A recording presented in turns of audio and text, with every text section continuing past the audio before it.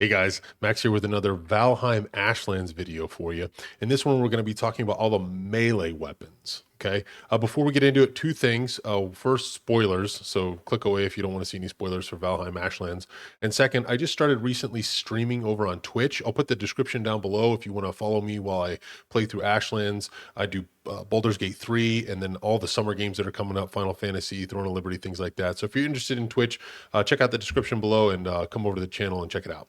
All right, into the weapons. And before we take a look at all the weapons and what they look like, there's a lot of similarities to these weapons. Mainly is there's four different types, okay? And there's this gray version, there's a red version, a blue version, and a green version.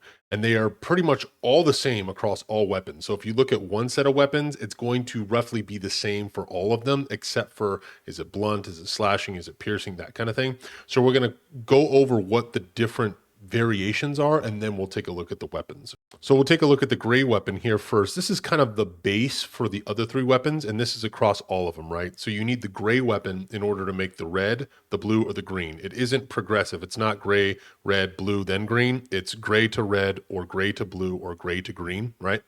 And so the base is pretty much the same damage as the red, in most cases, except for the axes, because we're on the public test branch. I think it's a bug. But the blue and the green tend to have a little bit less damage because they have 10 lightning damage and 10 poison damage to them, or 30, or whatever the type of weapon it is. So that's pretty much the difference. All the stats are pretty much the same across all of them, but the differences on the colors. The red, the damage increases per health missing by 0.1%, and I'm pretty sure that's the monsters. If your health goes down, well, maybe it is. I'm not sure. I'm very interested to see that. Actually, if you want me to do a video testing that, let me know. It's either your health or the monster's health that's reduced by two. Then you get 0.2% damage based on that. I'm not sure how that works.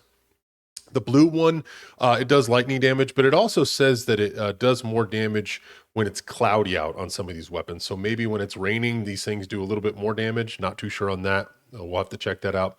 And then the poison, it does poison damage, the green one, but it also, all of them has this proc, immobilization, 15% chance to proc that.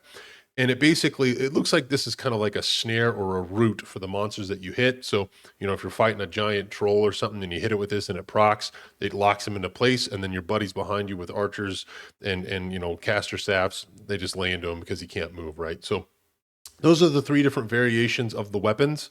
Really interesting to see how they play out. I'm really excited about that, actually. So let's start looking at how they look.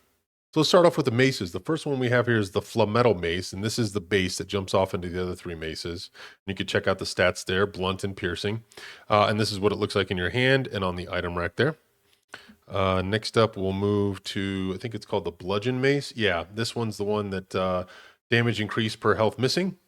And it also does blunt and piercing, and that's what it looks like in your hand and on the item rack. A little misty blood glow around it, really cool. Next one is the Storm Star. This is the one that says particularly effective on cloudy mornings. So maybe this does more damage when it's raining, blunt and piercing and lightning damage. 10 lightning damage on this one. The blunt is 25 and the piercing is 18. But the blunt on this one, the blood one, was 135. So that's that 10 damage difference. It just converts it into lightning damage. And this is what it looks like on the rack and in your hand. I like the cloud misty electrical vibe to it. Very cool. Like that one. Move up to the next one, and this one is the Colossan. This is the poison one. It's very similar to the lightning one in damage, except it's just 10 poison. And then it has the proc, the immobilization proc. And then this is what it looks like on the item stand and in your hand. I like how they're all different, right? Like this is just a block of green mess. Really cool. And now we'll check out the spears next. And we'll start with the base spear, which is called the Splintner. Again, you'll use this to jump into the red, the blue, and the green spears. And this is what it looks like on the rack and in your hand. Really cool. And move up to the next one, which is Splintner the Bleeding. Same thing as the other ones. It does the increased damage per health missing. And this is just straight up pierce.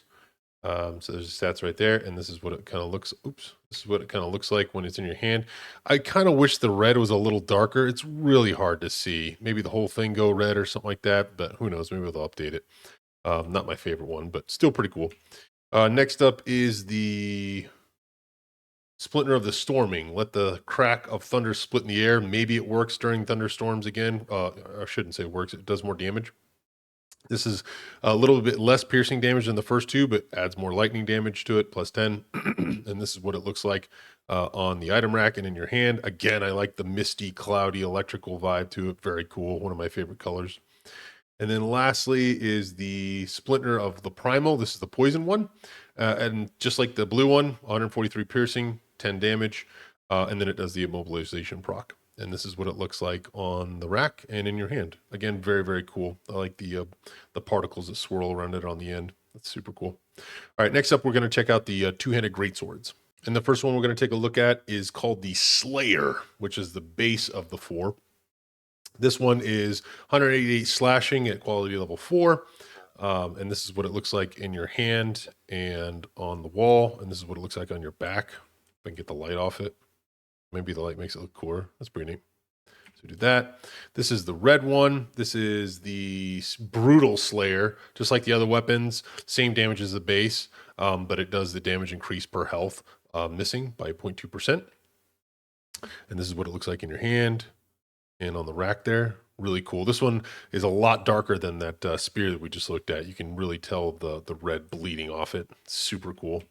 This one's probably one of my favorites. This is the Scourging Slayer. Again, I think this does more damage during the lightning storm. It does a little bit less damage, 10 less slashing damage than the first two, but plus 10 lightning damage. So really cool. That's what it looks like when you're holding it and it's on the rack. Again, love the effect on this. Awesome, awesome. And the last two-handed sword is the Primal Slayer. Again, same with the lightning, just poison and a proxy mobilization. That's the stats for you there. And this is what it looks like in your hand and on the wall there. And then this is what it looks like on your back too. Awesome. Very cool. Next, we're going to look at the new two-handed axes, like where you do wield them. Really excited about this one. Let's check it out. And again, we're going to start off with the base, and these are called berserking axes, and it's considered two-handed, even though you're dual-wielding them kind of thing. It does 155 slash at quality level 4, and there's no special effect because this, once again, leapfrogs into the red, the blue, and the green. And that's what it looks like on the rack there, and this is what it looks like in your hands. Really awesome. I'm very excited about these, so we'll make sure to check those out. Next up is red, and this is the Bleeding Berserker axes. Same thing, just like with the previous weapons. Same damage as the base, but it does 0.2% based off of missing health. And again, I think the red is enough there. Makes it look really cool, like it's dripping blood. Even the handles have a little bit of red going through them, like the straps are in them. So that's really cool, and that's what it looks like on the wall there. And then next up is I think the Thundering Berserker axes. Again, minus 10 damage or 30 damage, I should say, from the previous two, but it adds 30 lightning. It might work more damage for the when it's raining. And those are the stats. And then this is what it looks like on the rack and in your hand. Also, very cool effect. I kind of wish the handles had a little more to them, like maybe a thunderbolt going down into them or something like that. But still, very cool. Very, very, very cool. Very excited about these. And then the last one is probably Primal, I think. Yeah, Primal Berserking axes, same as the lightning one, the same stats, just poison and the proc with the immobilization, just like the previous weapons.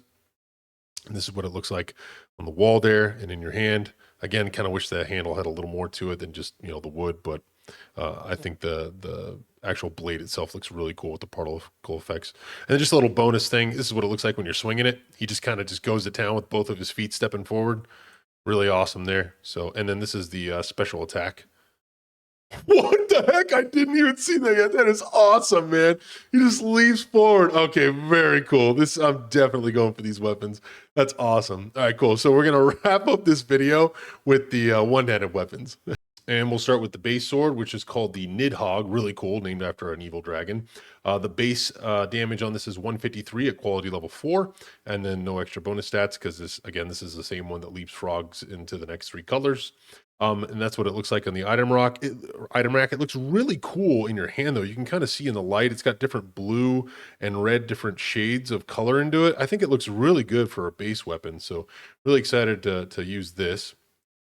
Next up is, I believe, the Nidhogg of the Bleeding. Yeah, Nidhogg of the Bleeding. Same as the base gray version, 153 damage. Just add the increased damage, 0.2% for missing health. And this is what it looks like in your hand and on the wall. Really cool. It's definitely a nice dark red color. I like the gems in the hilt. Look at that, man. They kind of glow a little bit. Yeah, that's a really nice sword. I kind of want to use this, but I really like those two-handed axes. So yeah, good thing there. And then this is probably Thundering. Yeah, Nidhogg of the Thundering. Again, 10 minus 10 damage, but plus 10 with the lightning. And then it might work a little better in the rain. That's what it looks like in the wall. The hilt is kind of missing, but that's okay. It makes it look different. And that's what the shaded color is there. Again, a little misty, thundering lightning going down the sword. That's super cool. And again, I like the color of the gem and the hilt, the smaller hilt that is, but really cool. And then I think this one is yeah, Nidhogg of the Primal. Again, just plus 10 the poison damage, and it procs the immobilization, 15% chance to proc. So you can use this weapon with this shield. This is what it looks like in your hand. The color of this is actually towards the hilt of the sword instead of the tip. So that's cool. And again, I like the gem color in the hilt, the green version of it. Really cool there. And then the last sword, there's a bonus one. There's 5 swords this time, and this is a flaming sword. It's really cool. It's called the Direnwin. I'm probably saying that wrong. You can go ahead and make fun of me in the comments below. But it's 143 damage, which is 10 less than the base. But instead of poison or lightning, it has fire. And I imagine it sets things on fire, or maybe you can use it as a light source kind of thing. But this is not crafted from the gray base. It's actually crafted from different hilt parts that you find in Ashlands. I saw them in the item list for summoning items, but I don't know what drops them, right? So you keep an eye out for, it's like a hilt and a blade and a tip of the blade, and you have to craft them with other pieces kind of thing. So a really cool side quest kind of thing to craft yourself a burning sword. I'm really excited about this one. So very cool. Make sure you check that out. This is what it kind of looks like. And this is what it looks like sheathed on your back. Almost looks like a two-handed sword. And then that's the hilt there. Yeah, really cool. And that's all the melee weapons that I found in the upcoming Ashlands patch for Valheim. If you feel like I deserve it, hit the like button down below. Make sure you subscribe to the channel if you want to see more Valheim content. I'm going to go make another video. Thanks so much for watching. See ya.